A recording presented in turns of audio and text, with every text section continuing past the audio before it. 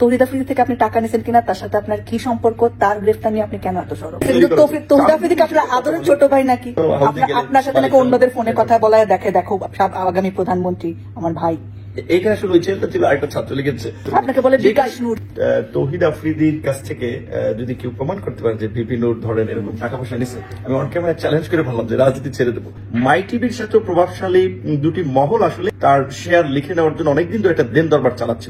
আর বলা যে হচ্ছে তারা দখল করেছে, এটা নিয়ে আপনি কিছু জানেন? মাই টিভি যে দখল হয়েছে বলছে যে আরেকজনের মালিকানাকে দখল করেছিলেন নাসিরউদ্দিন সাথী, এটা নিয়ে জানেন কিছু? আমি এটা জানি না। এই তৌহিদ আফ্রিদি বা তার বাবাকে যে ছাত্র হত্যার মামলায় গ্রেফতার করলো, এটা তো প্রুফ করতে পারবে, মানে সেটা তো পরে দেখা যাবে প্রুফ করতে পারে কিনা। একটা মামলা হয়েছে তখন তো ধরবেই, তাই না? আপনি কেমন জানেন কে প্রকৃত অপরাধী? খোঁজা পাগলা যে পথে, নুরা পাগলাও সেই পথে। আহে রে, ভিপি নূর করলো নাকি বন্ধুরা? দেখেন, ভিপি নূর সেই সাপের লেজ দিয়ে গান চুলকাইছে এবারে। আমাদের নুরু ভাইয়া, আমাদের নুরু। ভিপি নূর তৌহিদ আফ্রিদির কাছ থেকে টাকা নিয়ে তৌহিদ আফ্রিদিকে বাঁচানোর চেষ্টা করেছেন, এই অভিযোগ বা এই সামাজিক যোগাযোগ মাধ্যম সহ সকলের মনে। অবশেষে এই প্রশ্নটাই টকশুতে দীপ্ত চৌধুরী ভিপি নূরকে করেছিলেন, কিন্তু ভিপি নূর ছলা কলা আগামাছা এবং জগা খিচুড়ি উত্তর দিয়েছেন। যে উত্তরেই ভিপি নূর কট খেয়েছেন যে আফ্রিদির টাকা খেয়ে ভিপি নূর আফ্রিদিকে বাঁচানোর চেষ্টা করছেন, এছাড়া আর কোনো কথা নেই। তো ভিডিওটা দেখলে বুঝতে পারবেন। এই ভিডিওটা দেখবো, পাশাপাশি ভিপি নূর যে টাকা খেয়েছে এবং ইলিয়াসরা যেই তাদের বিরুদ্ধে যে অভিযোগগুলো তুলছে, সেই অভিযোগগুলো যে মিথ্যা নয়, এ নিয়েও কিছু কথা বলেছে কয়েকজন ব্যক্তি, তাদের আলোচনা শুনবো, এরপর বিশ্লেষণ করবো। না, আপনি তৌহিদ আফ্রিদিকে নিয়ে মানুষের মনে অনেক প্রশ্ন, এটা ছোট বিষয় কিন্তু আপনি তো সরব আছেন, এই জন্য আমি প্রশ্নটা করতেছি। তৌহিদ আফ্রিদি থেকে আপনি টাকা নিয়েছেন কিনা, তার সাথে আপনার কি সম্পর্ক, তার গ্রেফতার নিয়ে আপনি কেন এত সরব? প্রথম কথা হচ্ছে যে তৌহিদ আফ্রিদির কাছ থেকে যদি কেউ প্রমাণ করতে পারে যে ভিপি নূর ধরেন এরকম টাকা পয়সা নিচ্ছে, আমি অন ক্যামেরা চ্যালেঞ্জ করে বললাম যে রাজনীতি ছেড়ে দেবো। সেকেন্ড হচ্ছে মাই টিভির বিষয়ে আমার কথা বলার একটা কারণ হচ্ছে যে আমরা গণঅভ্যুত্থানের পরে দেখেছি কিন্তু বেশ কয়েকটি গণমাধ্যমের সিনিয়র সাংবাদিককে চাকরিচ্যুত করে তাদের পছন্দের লোককে ওখানে বসিয়ে দেওয়া হয়েছে। অনেক গণমাধ্যমের মালিকানা কিন্তু গোপনে গোপনে লিখে নেওয়া হয়েছে। মাই টিভির সাথে প্রভাবশালী দুটি মহল আসলে তার শেয়ার লিখে নেওয়ার জন্য অনেকদিন ধরে একটা দেন দরবার চালাচ্ছিল। এই খবরটি আমার কাছে এসেছিল, কারণ আমার বাসাটা মাই টিভির পেছনেই ওই মহানগর প্রজেক্টে। তো যখন এই তৌহিদ আফ্রিদি কিংবা তার বাবাকে আপনার এই যাত্রাবাড়ি থানার ছাত্র হত্যার মামলায় গ্রেপ্তার করলো, আমার কাছে এখানে দুটো বিষয় থেকে কথা বলার আসলে প্রসঙ্গটা মনে হচ্ছে। এক নম্বর বিষয় হচ্ছে যে গণমাধ্যমকে এইভাবে টেক ওভার করবে, যেটা জনকণ্ঠ আমরা দেখেছি, এটা আমরা যদি সমর্থন করতে থাকি এটা কন্টিনিউ থাকবে, পরবর্তী পলিটিক্যাল গভর্নমেন্ট আসলেও কিন্তু এইটা চলতে থাকবে। সেটা খুব ভালো একটা এক্সাম্পল সেট হচ্ছে না।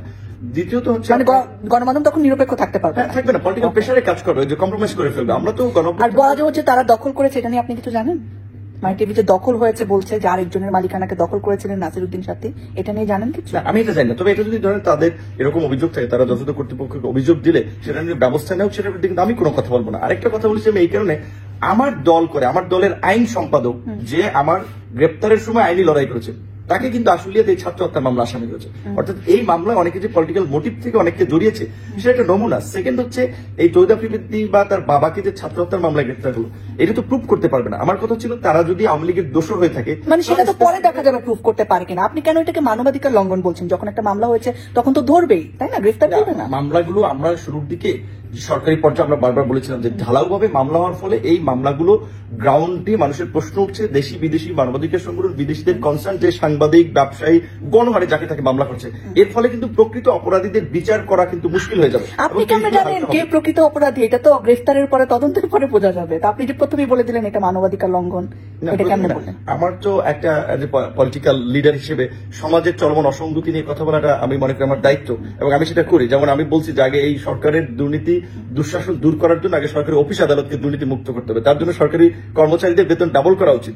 বেতনের স্কেল যে 20 গ্রেড রয়েছে, 20টা গ্রেড, আমি বলছি এখানে 8 থেকে 10টা করা উচিত। আমি বলেছি যে শিক্ষকরা সেকেন্ড ক্লাসে চাকরি করে তারা কিভাবে ফার্স্ট ক্লাস নাগরিক তৈরি করবে, শিক্ষকদের কে ফার্স্ট ক্লাস সকলকে। তৌহিদ আফ্রিদিকে আপনার আদরের ছোট ভাই নাকি? না, এটা একেবারেই ভুল কথা। তার সাথে ওইভাবে আমার কোনো ব্যক্তিগত কোনো সম্পর্ক নেই। এটাকে একেবারেই প্রোপাগান্ডা ভাবে, যেমন আমি এখানে আসি আপনার সাথে, তো মানুষ এই ভিডিও দেখলে মনে করে আপনার সাথে জানি আমার কত সখ্যতা পরিচয়, কিন্তু আপনার সাথে কিন্তু পরিচয় চ্যানেলে এসে, ঠিক একইভাবে আমার বিভিন্ন চ্যানেলে গেলে আসলে এই প্রোগ্রামের মধ্য দিয়ে অনেকের সাথে পরিচিত হয়। তৌহিদ আফ্রিদির প্রোগ্রামে গেছিলেন? মাই টিভির অনেক টক শোতে আমি গেছি, সেখানে তার সাথে কিংবা তার বাবার সাথে মালিক হিসেবে ওই সাথে পরিচয়। হ্যাঁ, অনেকের সাথে তো বিভিন্ন। আপনার সাথে নাকি অন্যদের ফোনে কথা বলায় দেখো আগামী প্রধানমন্ত্রী আমার ভাই। এইটা আসলে ওই চ্যানেলটা ছিল আরেকটা ছাত্রলীগের মানে বোধহয় ডেমরা থানার একটা নেতা। এখন হচ্ছে কি আরেকটা বিষয় হচ্ছে আমাদের এই সময় আসলে একজনকে বিতর্কিত করার জন্য অনেকেই পেছনে লেগে থাকে। বিশেষ করে একটা জিনিস দেখেন, এই গণ-অভ্যুত্থানের পরে গণ-অভ্যুত্থানের পরিচিত ফেস হিসেবে অনেকেই কিন্তু নিয়োগ তদবির টেন্ডার ব্রাঞ্চে নানা কারণে বিতর্কিত। সেটা আমার বিরুদ্ধে কিন্তু এই এক বছরে একটা সুস্পষ্ট অভিযোগ কেউ করতে আপনাকে বলে বিকাশ নূর ঈর্ষান্বিত হয়েও কিন্তু এখন আমার বিরুদ্ধে কিন্তু অনেকে এই ধরনের নানান ধরনের প্রোপাগান্ডা ছড়াচ্ছে, বিতর্কিত করার চেষ্টা করছে। বাট আমি তো অলওয়েজ যে কোনো চ্যালেঞ্জকে অ্যাকসেপ্ট করি যে আসেন আপনার কাছে কার কি তথ্য প্রমাণ আছে আমি ফেস করবো, বিকজ আই এম ক্লিয়ার, যে কারণে আমি শক্ত স্ট্যান্ড নিয়ে থাকি যে কোনো ইস্যুতে। Thanks for talking with us, thank you. ফজা পাগলা যে পথে, নুরা পাগলাও সেই পথে। আয় রে, বিপিনুর করলোটা কি বন্ধুরা দেখেন? বিপিনুর সেই সাপের লেজ দিয়ে কান চুলকাইছে। মানে ইলিয়াস হোসেনের নামে কি সমস্ত স্বেচ্ছাচারিতা করছে, কি সমস্ত কথাবার্তা বলছে, যারা দেখছেন, যারা দেখেন নাই দেখেন না, দেখলে আপনার পায়ের রক্ত মাথায় উঠে যাব। কারণ আমরা তো ভাই একটা জিনিস দেখতেছি, ইলিয়াস হোসেন সবসময় অত্যন্ত গর্বের সাথে বলে যে আমি ইলিয়াস হোসেন কারো কাছ থেকে 1 টাকা খাই নাই, আমাকে কেউ মায়া দিয়ে পড়াইতে পারবে না, আমাকে কেউ ব্ল্যাকমেল করতে পারবে না, আমি সৎ, আমি সৎ, আমি সৎ। একটা মানুষ যদি এত সৎ না হয় তাহলে কিন্তু এইভাবে কথা বলতে পারে না। আজ পর্যন্ত কোন লোক ইলিয়াস হোসেনের দিকে আঙ্গুল তুলে বলতে পারে নাই ইলিয়াস হোসেন কোথাও থেকে টাকা খাইছে, ইলিয়াস হোসেন কোথাও চান্দাবাজি করছে। কিন্তু বিপিনুর আজকে কইলা দিল, কি বলছে? বলে ইতর, ইলিয়াস হোসেন ইতর বলছে যে কিছু ইতর আছে বাইরে ডলার কামানোর জন্য এইগুলা করে। বলতে তো আমিও করি রে ভাই, আমিও তো বাইরে থাকি, আমি তো ডলার কামানোর জন্য করি। আরে নূর সাহেব, আমরা তো সৎ পথে ডলার কামাই।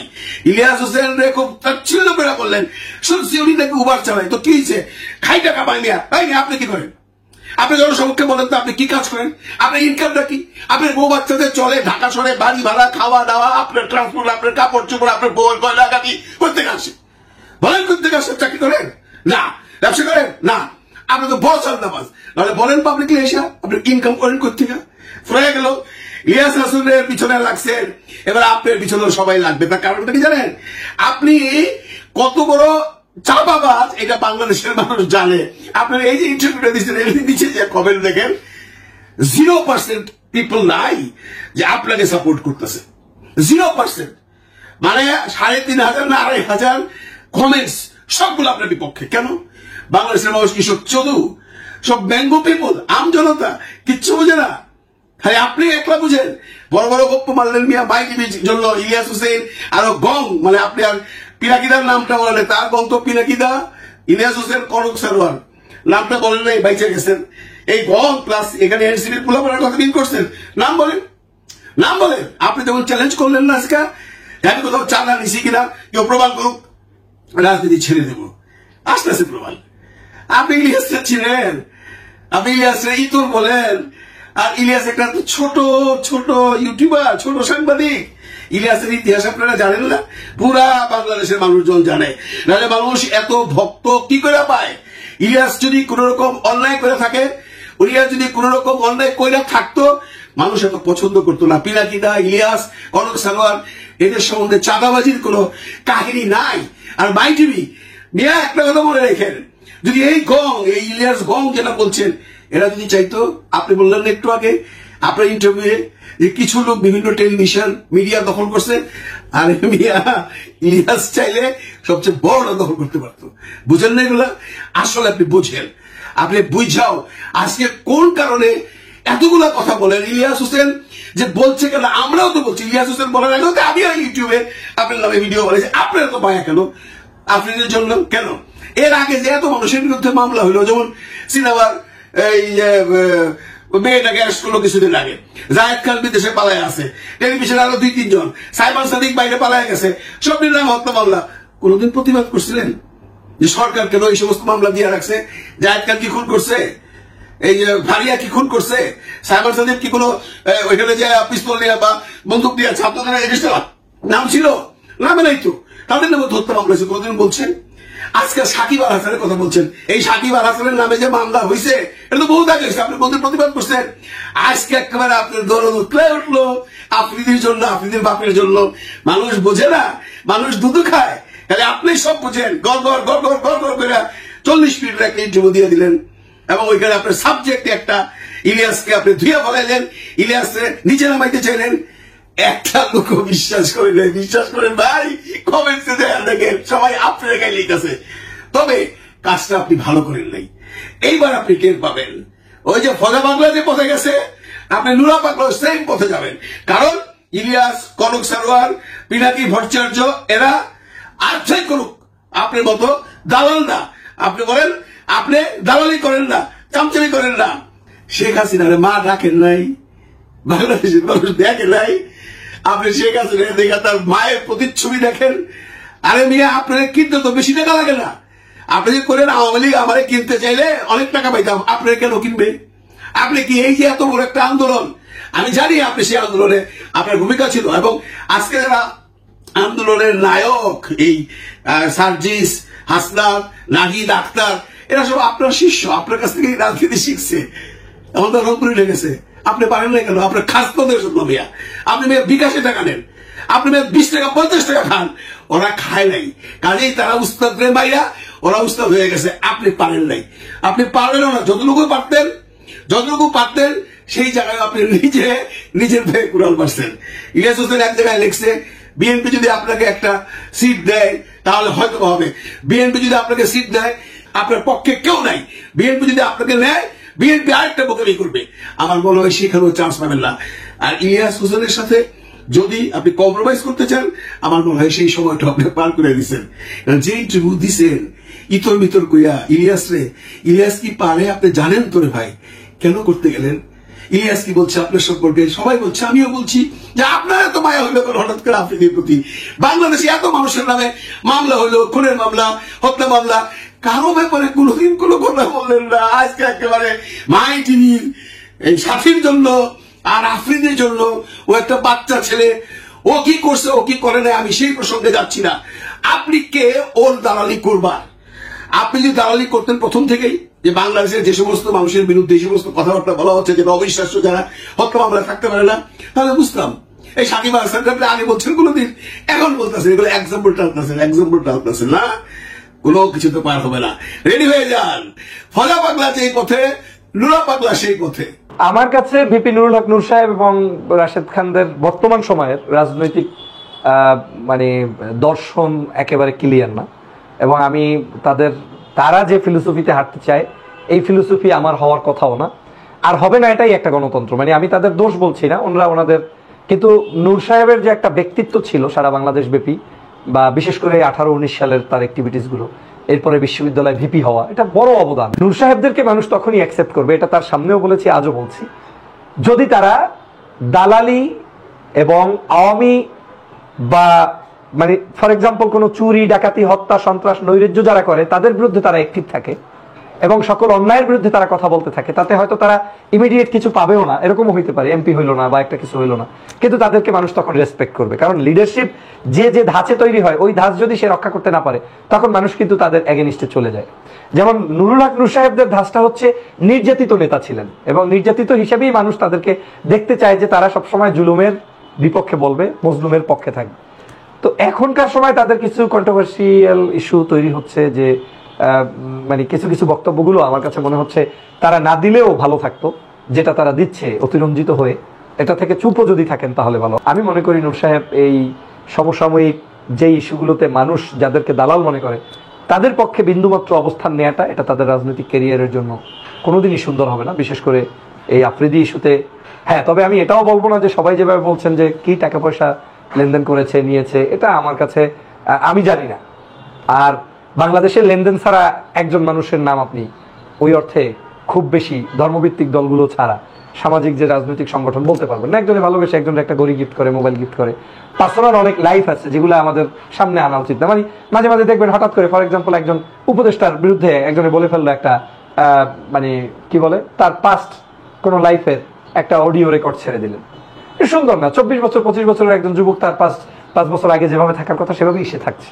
তার বন্ধু ছিল, বান্ধবী ছিল, অফিস ছিল, আদালত ছিল, ফ্রেন্ড সার্কেল ছিল, জারুলতলার আড্ডা ছিল, কিংবা ঢাকা বিশ্ববিদ্যালয়ের চত্বরগুলোতে সে বন্ধুদের সাথে চলাফেরা করেছে। কিন্তু এটা দিয়ে আজকের দিনে আমি তাকে খোঁটা দিয়ে ছোট বানিয়ে কোনো লাভ নেই। অনেকে ফর এক্সাম্পল আমাদের নতুন উপদেষ্টার রুটি খাওয়া নাকি হাঁসের মাংস খাওয়া নিয়েও মন্তব্য করে, এটাকে আমি পজিটিভলি নেই না। তৌহিদ আফ্রিদি ব্যক্তিগতভাবে যতটা না আজকের আওয়ামী লীগের পারপাস সার্ভ করার জন্য দায়ী, তার চাইতে বেশি দায়ী হচ্ছে আওয়ামী লীগের লোকেরা এই সকল মানুষদেরকে এই সব জায়গায় টেনে এনে কাজে লাগানোর জন্য দায়ী।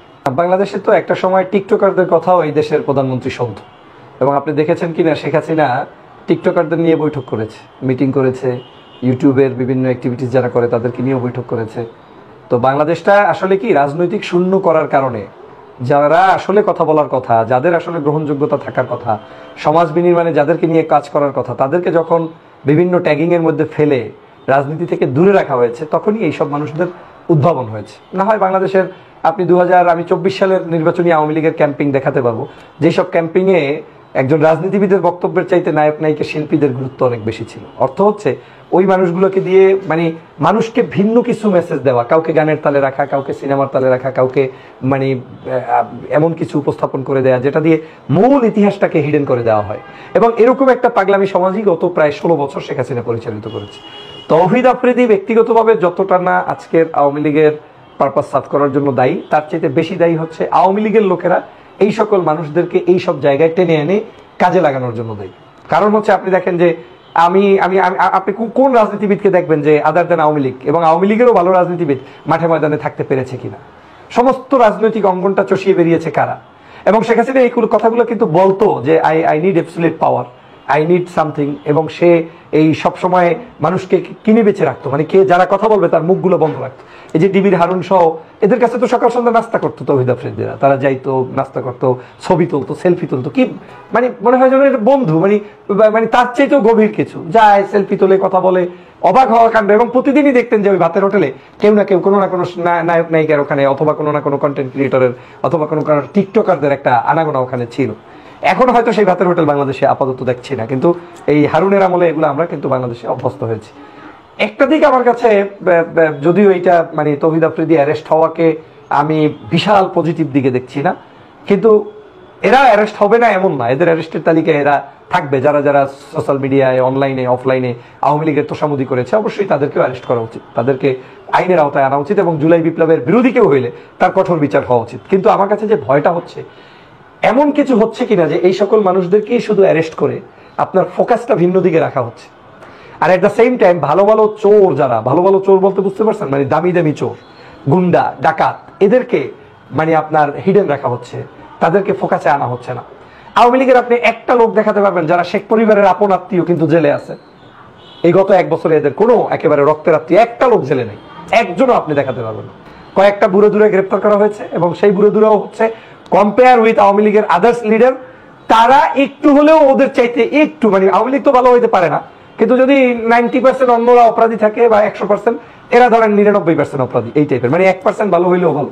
এই মানুষগুলো আইনে জেলের মধ্যে ঢুকিয়ে রাখছে। আর আসল লোকগুলো চোর, ডাকাত, যারা যারা হাজার হাজার কোটি টাকা পাচার করেছে, শেখ হাসিনা সহ, ওবায়দুল কাদের কোথায়? এরা কি পালিয়ে গেল কিভাবে? আপনার হাসান মাহমুদ কোথায়? পালিয়ে গেল কিভাবে? এই যে সাবেক তথ্য প্রতিমন্ত্রী ছিল, হ্যাঁ মানে কি বলে এটারে, আরাফাত, আরাফাত কোথায়? আরাফাতের কত কাণ্ড। তারপরে স্বরাষ্ট্রমন্ত্রী কোথায়? পররাষ্ট্রমন্ত্রী কোথায়? এই যে প্রত্যেকটা জায়গায় তারা যে দুর্বৃত্তায়ন যারা যারা করেছে, একটাও কিন্তু গ্রেপ্তার হয়নি। উল্টো তারা কেউ বলে আমরা পানির তল থেকে পালিয়ে এসেছি, কেউ বলে আমাদেরকে জুলাই যোদ্ধারাই মায়া করে দয়া করে আমাদেরকে পার করিয়ে দিয়েছেন। এই ধরনের নাটক সিনেমা এখন কিন্তু মিডিয়াতে আমরা দেখতে পাই। তো আমাদের নুরু ভাইয়া আমাদের ইলিয়াস ভাইয়ার পিছনে লাগছে। এখন কে কার পিছনে লাগছে বুঝতে পারলাম না। এখন নুরু মিয়া আগে ইলিয়াস মিয়ার সাথে লাগছে নাকি ইলিয়াস ভাই আগে নুরু মিয়ার সাথে লাগছে বুঝতে পারতেছে না, কারণ প্যাচ লেগে গেছে গত 1-2 বছর ধরে এই কাহিনী তাদের। তো এখন আপনারা জানেন এই নুরু ভাইয়াকে মানে কৌতুক কইরা, বুঝছেন, নুরু ভাইয়াকে কৌতুক করে আমাদের ইলিয়াস একটা নাম দিয়েছিল, ওই যে বিকাশ নূর, বুঝছেন, ওই যে বিকাশে কি টাকা লেনদেন কি না কি বলে হয়েছিল, কে বলে টাকা টোকা দিছিল ওই আমাদের নুরু ভাইয়াকে, তো সেই নিয়ে আসে বিশাল বড় একটা এপিসোড করছে। তো আমার মনে হয় ঘটনার সূত্রপাত ওইখান থেকে। তার মানে প্রথমে নুরু ভাইয়ের পিছনে লাগছে হলো আমাদের ইলিয়াস ভাইয়া।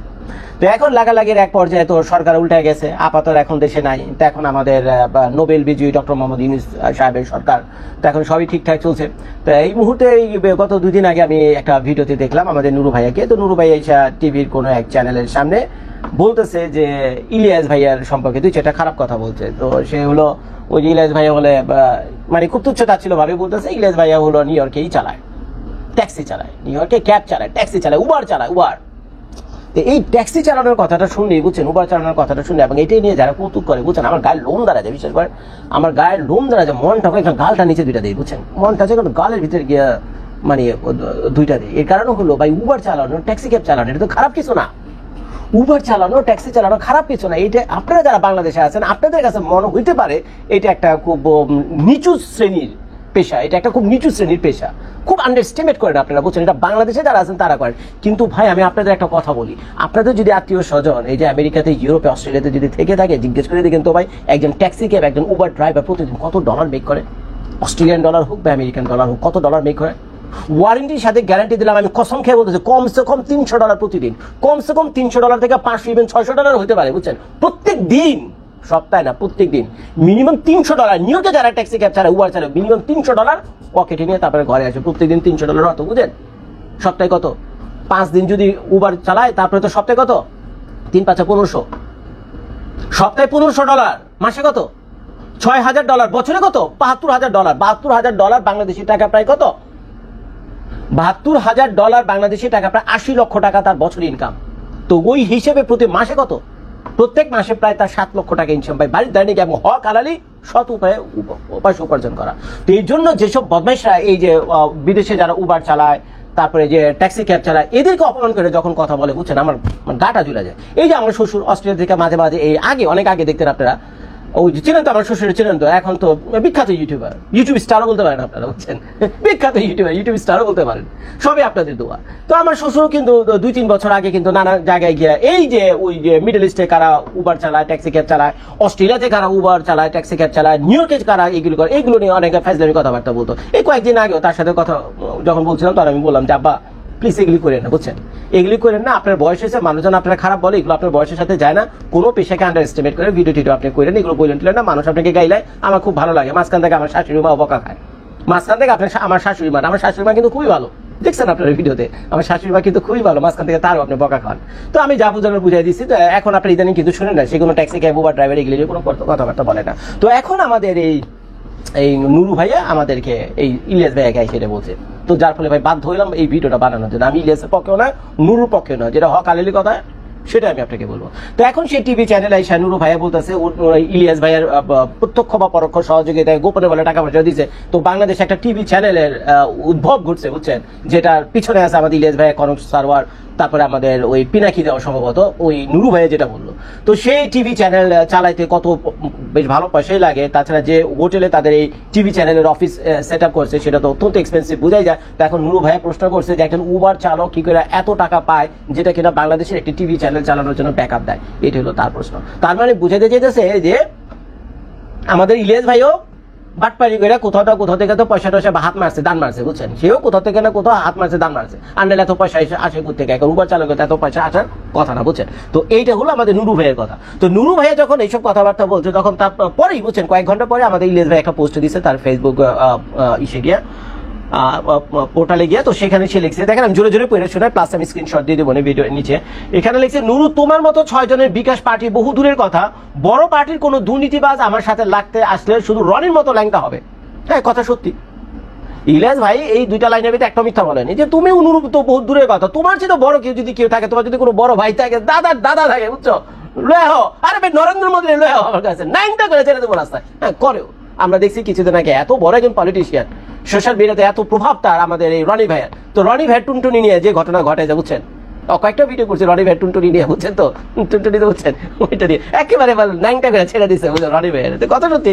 দ্বিতীয় লাইনে উনি লিখছে, আমি মাই টিভি থেকে 50% ভাগ নিতে যাবো কেন, ওইটা ফ্রি দিলেও নেবো না। মাই টিভি দেখে না আসলে কি, এই যে তহিদ আফ্রিদির বাপের মাই টিভি, সাথী ভাইয়ার সাথী, তো তহিদ আফ্রিদি আমাদের ভাইয়া বলে, তো সাথী আমাদের আঙ্কেল, তো তার বাপ যে আছে মাই টিভি আছে, কিন্তু বাংলাদেশে দেখে আসলে, আমরা তো ইউটিউব দেখে এদেরকে চিনছি, নামও শুনিনি। ইউটিউবে মাঝে মধ্যে দেখি মাই টিভি, কিন্তু অ্যাকচুয়ালি বাস্তবে কিন্তু মাই টিভি যে রিয়াল ব্রডকাস্ট, এগুলো বাংলাদেশের টিভি চ্যানেলগুলো আপনারা এগুলো দেখেন, আমার তো মনে হয় না। তো সেখানে গেছে 50% ভাগ নিতে লেগে আমাদের ইলিয়াস ভাই। এটা হলো আমার কথা না, এটা হলো নুরু ভাইয়া অ্যালিগেশন আনছে। তারপর লিখছে, ওইটা আমি ইউটিউবও মনে করি না, আমার জন্য আরো বড় চ্যানেলের অফার আছে। তারপরে তুমি আজকে আমাকে নিজে মিথ্যাচার করেছো, ওই যে বললাম না যে ওই যে বিভিন্ন জায়গা থেকে দান মারছে ইলিয়াস ভাইয়া, তারপরে সেই পয়সা করিয়ে আইনা বাংলাদেশে একটা টিভি চ্যানেল করতেছে। তো এই ব্যাপারে আর কি বলতেছে, করেছো সেটা জবাব তোমাকে দেওয়া হবে, তুমি বাংলাদেশের রাজনীতিতে কিভাবে দাঁড়াও আমি দেখে নেবো। তার মানে এটা নুরু ভাইয়ার যে পলিটিক্যাল ক্যারিয়ার আছে, তো পলিটিক্যাল ক্যারিয়ার জন্য বিরাট একটা চ্যালেঞ্জ। তো আমাদের ইলিয়াস ভাই বলতে, দিদি আও তুমি পলিটিক্সে কেমনি করে থাকো আমি দেখবো, এমন ন্যাংটা করুন ধর আমি দামার তোমার আস্তা ন্যাংটা করি চালবে। তো দ্বারা আমি দেখে নেব। তারপরে হচ্ছে বিএনপি দয়া করে একটি আসন না দিলে তোমাকে আমি ইউনিয়ন পরিষদের মেম্বার হতে দেবো না। খাইছে মানে কঠিন চ্যালেঞ্জ। তো যাই হোক ভাই, ইউনিয়ন পরিষদের মেম্বারও হইতে দিব না। ইলিয়াস ভাইয়ের কসম খাইছে, মায়ের কসম খাই বলাইছে, আর মায়ের কসম যেহেতু খাইছে তার কিছু করার নেই। আর নুরু ভাইয়ের পক্ষে কে যাইবো এই ইলিয়াস ভাইয়ের কাছে বলতে নেই, কারণ নুরুকে অনেকে আমরা নিজেরও পছন্দ করি না, যে উল্টাপাল্টা কথাবার্তা বলে, বুঝছেন। একসময় ভালো লাগতো ছেলেটাকে, ওই বিকাশের কাহিনীটা প্রচার হওয়ার পর তার যখন নিজের কণ্ঠস্বর আমি শুনছি, যখন ফোনে এসে বলছিল কার কাছে চাঁদার পয়সাটা সে নিতেছে, ভাগ বাটার করতেছে, এগুলো শুনে আমার নিজের কাছে ঘিরে লাগছে, বুঝছেন। তখন থেকে মনটা উঠে গেছে। এর আগে ছেলেটাকে আমি ভালোই জানতাম। তো এই হলো ভাই কাহিনী। তো যাই হোক, দেখা যাক এখন নুরু ভাইয়া ইলিয়াস ভাইয়া কি করে, অপেক্ষা রইলাম। তো সম্ভবত ইলিয়াস ভাইয়া বিশাল বড় একটা ভিডিও বানাইতেছে নুরু ভাইয়াকে নিয়ে। তো সেই পূর্ণ দৈর্ঘ্য বাংলা চলচ্চিত্র দেখার সবার অগ্রিম আমন্ত্রণ। দর্শক, আলোচনা বিশ্লেষণ শুনে বুঝতে পেরেছেন। এখানে যে উত্তরগুলো দিয়েছে, সে বলছে যে এই আমি কেন নিব, আপনি কেন নিবেন সেটা প্রশ্ন না। কেন আপনি তৌহিদ আফ্রিদির পক্ষে কথা বলেন, যে তৌহিদ আফ্রিদি জুলাই গণঅভ্যুত্থানে ছাত্র জনতার বিরুদ্ধে কাজ করেছে, যেই তৌহিদ আফ্রিদি আওয়ামী লীগের প্রভাব কাটিয়ে শত শত কন্টেন্ট ক্রিয়েটরদের নির্যাতন করেছে, যেই তৌহিদ আফ্রিদি অনেক নারীদের সাথে ছলনাময় করে তাদেরকে জীবন ধ্বংস করেছে, তাহলে আপনি কেন একে বাঁচাতে চাচ্ছেন? এমন একজন চিহ্নিত স্বৈরাচারী ফ্যাসিস্টের দালালকে আপনি বাঁচানোর চেষ্টা করা মানি আপনাদের কাছে কিছু নিয়েছেন। এবং প্রশ্নগুলো যেগুলো করেছে দীপ্ত চৌধুরী, আপনি কিন্তু উত্তর সঠিকভাবে দিতে পারেন নাই। আপনার এই উত্তরগুলো সঠিক হয়নি। আপনার উত্তরগুলো কিন্তু মানে আমি বলবো জবাবে উত্তরগুলো বিশ্বাস করার মতো নয়। অতএব আপনার স্বীকার করতে হবে। স্বীকার করবেন না, এটা স্বাভাবিক রাজনৈতিক অঙ্গনে, কিন্তু আপনি এটা করেছেন, এটা জনগণ কিন্তু বুঝে ফেলেছে। এতে করে আপনার কি হবে আমি জানি না। এতে করে আপনার একটা রাজনৈতিক দল রয়েছে, এই দলের অনেক সুনাম রয়েছে, মানুষ এই দল করতো, এই দলকে ভালোবাসতো, কিন্তু এই সুনাম দিন দিন আপনি নষ্ট করছেন এই টাকার লোভে পড়ে। এটা কিন্তু গণঅধিকার পরিষদের যে সমস্ত নিম্ন শ্রেণীর নেতারা রয়েছেন বা কর্মী রয়েছেন, তারা নিজেদের টাকা রাজনীতি করে, কিন্তু গণঅধিকার পরিষদ কি যারা কেন্দ্রীয় নেতৃবৃন্দ, তারা কি নিজেদের টাকা রাজনীতি করে? গণঅধিকার পরিষদের গ্রামগঞ্জের যে সমস্ত নেতারা আছেন, আপনারা কি প্রশ্ন কখনো করেছেন? আপনাদের এই প্রশ্ন করা উচিত। আপনার এই টাকার ভাগ আপনাদেরকে দেওয়া উচিত। আমার কাছে সাথে এমন অনেকের পরিচয় রয়েছে গণঅধিকার পরিষদের, যারা নিজের টাকা রাজনীতি করছে, কিন্তু কেন্দ্র তাদেরকে কিছু দিচ্ছে না। অন্যদিকে কেন্দ্র ফ্যাসিস্টদের লোকদের সাথে সম্পর্ক করে টাকা খাচ্ছে, কিন্তু জনগণ তাদের যেই নেতৃবৃন্দ তারা পাচ্ছে না। এখন কথা, তাদেরকে দিলে কি হালাল হয়ে যাবে? আমি বলবো যে হালাল হবে না। যেখানে আপনার কর্মীরা নিজের টাকা দিয়ে রাজনীতি করে, আপনি কেন এই সমস্ত টাকা খেয়ে রাজনীতি করবেন? এটাই হচ্ছে মূল প্রশ্ন। যাই হোক দর্শক, আলোচনা শুনেছেন, শুনে আপনার বক্তব্য কমেন্ট বক্সে কমেন্ট করবেন।